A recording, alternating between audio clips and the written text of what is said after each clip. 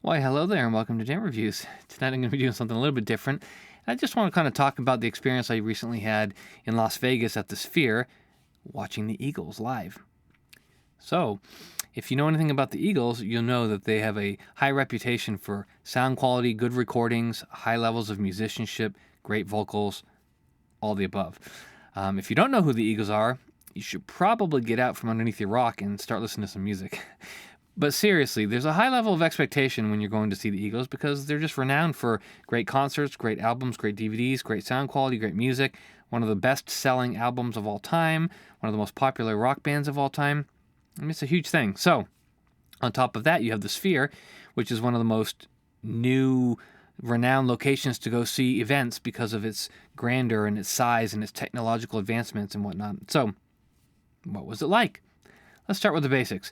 First and foremost, it was pretty much like any concert you've ever been to. If you've been to a concert, you go to the location, you scan your ticket in, you're in a horde of people, you walk through the gates, you go up the escalator, you have food, you have merchandise tables, just typical concert stuff, and then you find your seat and you sit down and you wait.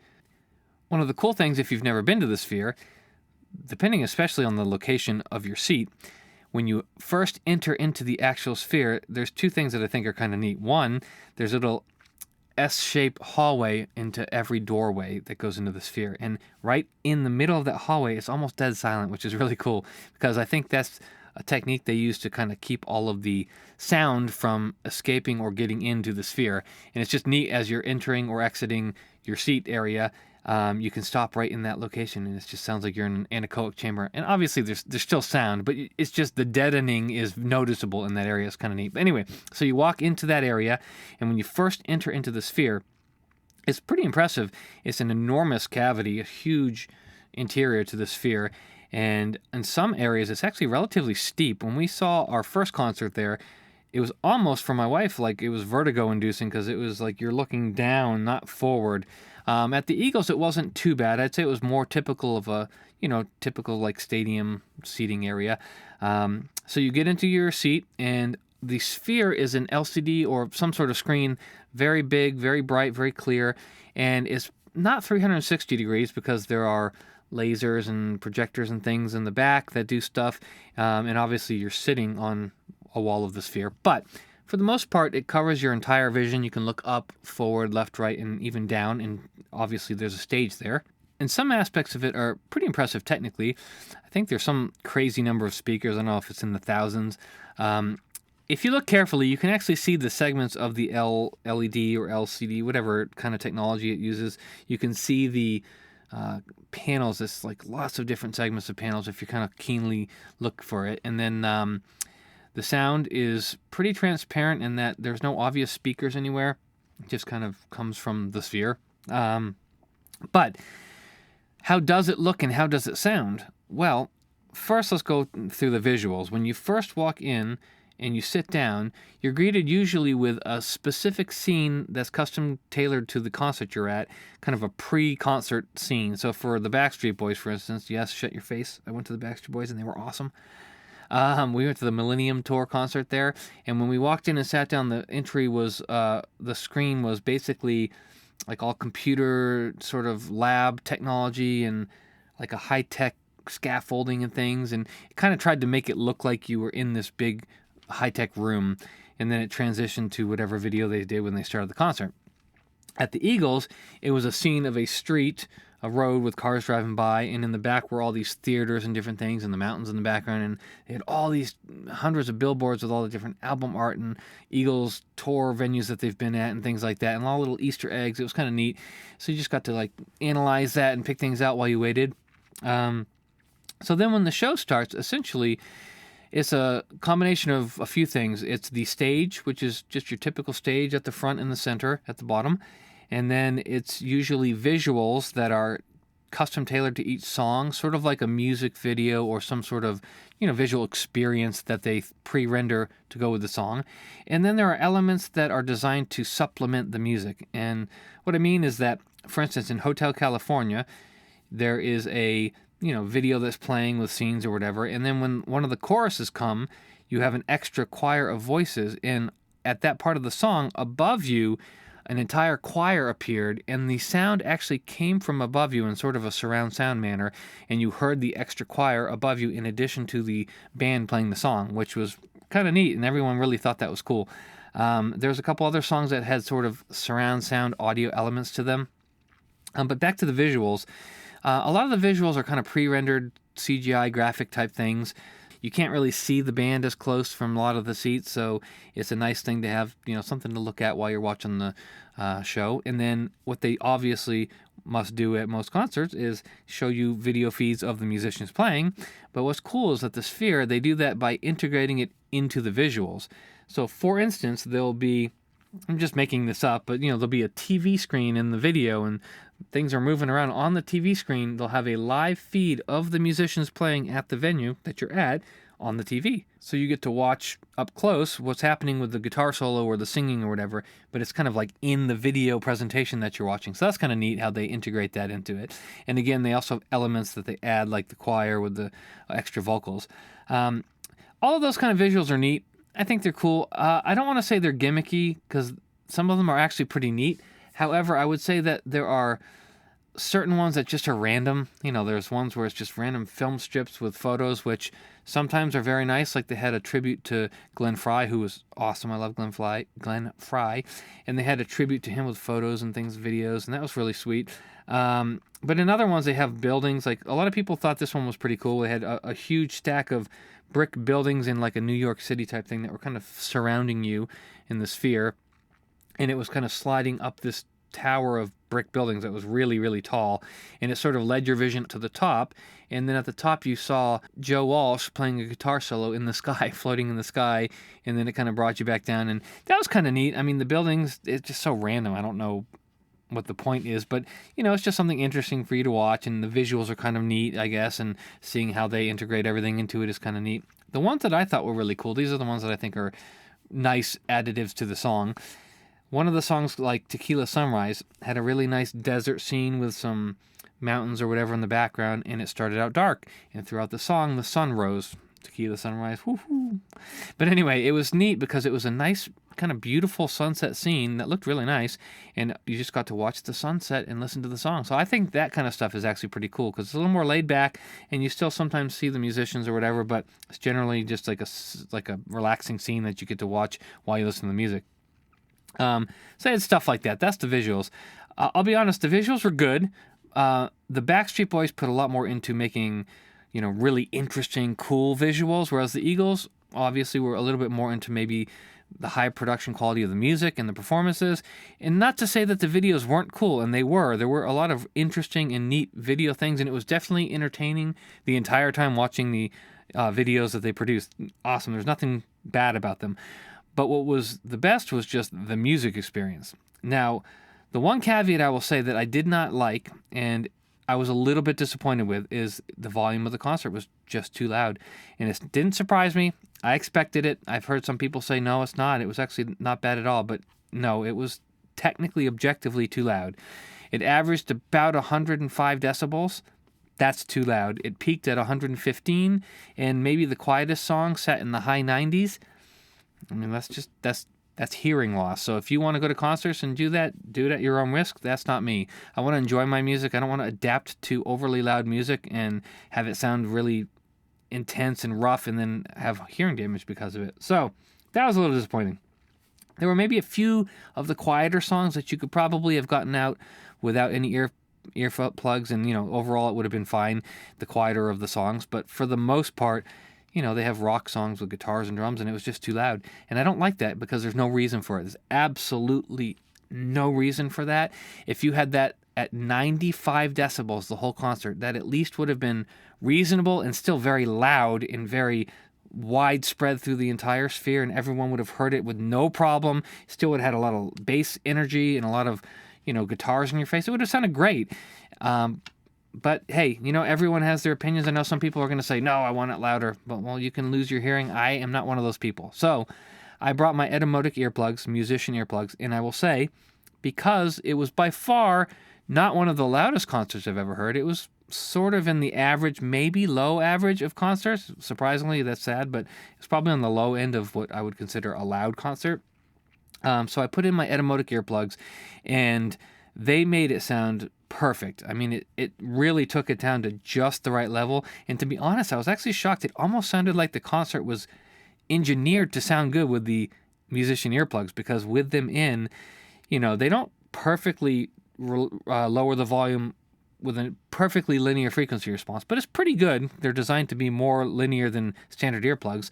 But with those in, it sounded incredibly balanced. The bass, the mids, the vocals, everything sounded great. In fact, it almost sounded like I wasn't wearing earplugs. It was awesome. So I will still review with and without the earplugs, because there was a few sections of songs where I would take the earplugs out just to see how it sounded, some of the softer songs, and to get a little bit of a sense of the actual sound without earplugs, just to compare. So without earplugs, again, I thought it was too loud. Some of the songs had a sort of very mid, like a electric guitar frequency, like a mid treble sort of grit to it, and then also obviously a lot of bass. And that grit, almost I could see listening to a little bit too much of, would cause ringing in your ears. It was very, very like almost overly energetic to the point where it's like distorting. Again, this was not the loudest concert I've ever heard, so I could see someone listening to that with no earplugs and maybe being okay with that. But for me, it was pushing the edge of that sort of in-your-face, mid-treble, distortion-y kind of sound. It was still overall relatively balanced. It's just, when you're at that volume, certain things are going to stand out a little bit. So, for instance, in New Kid in Town, at the end, there's a section where they go into the harmonies, and the harmonies without earplugs, because I wanted to hear that part of that song just raw. The harmonies sounded gorgeous. I mean, they sounded well blended. They sang incredibly well, and it sounded really, really good, but it was a little bit loud and aggressive to the ear. But the performance in the sound of the musicians and the vocals was excellent. With the earplugs in, again, all of that was taken down to a very reasonable level, and it never sounded too loud. It never sounded too quiet. It was very, very balanced. And at that point, I listened to the whole concert mostly with the earplugs in. And at that perspective, from the earplug perspective, the mix was really well done. The vocals were really well balanced. The harmonies were blended beautifully. The guitar solos weren't too loud, and they sounded nice and forward when they needed to be. I would say it had a very good level of fidelity with musician earplugs in. So from a sound quality perspective, I'd say it's one of the better concerts I've heard, other than it being too loud. I have heard a few concerts that were not loud enough to need earplugs. And in that regard, I won't give it a 10 out of 10, but I would say maybe it was an 8 out of 10 in terms of sound quality. In terms of performances and how well they played the instruments and sang, I have to say they're incredibly impressive for their age, and that's not a criticism. I mean, Don Henley still kicked ass at the drums. Joe Walsh still kicked ass on the guitar, and the harmonies, the vocal harmonies, blended incredibly well. And Don Henley even sang a lot of the high vocal notes in some of the songs that I wouldn't have actually expected him to hit at his age, and he hit them, and he hit them well. So performance-wise, they were superb. I'd say 9 out of 10 in terms of performances. Are they as good as they were in their heyday? Okay, maybe not in terms of, pinnacle peak perfection of pitch and vocals and everything, but they still sounded phenomenal. And considering their age, I think that just was really, really impressive. I did not expect them to sing as well as they sang at their age. So there's that. Musicianship was great. They did a lot of their hit songs. They did some of Don Henley's songs. Again, spoiler alert, but they did End of the Innocents. They did Boys of Summer. I love that song.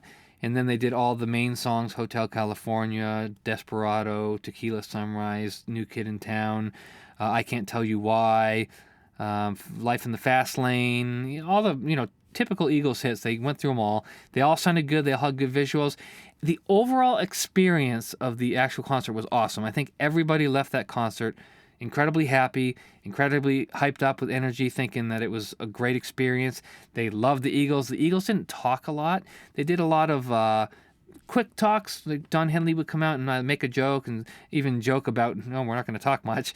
So they really just got to the music. It was all music, all visuals, and just a great experience. I will say this, for anyone who might want to go there, my wife and I and a couple other people agreed it was a little cold.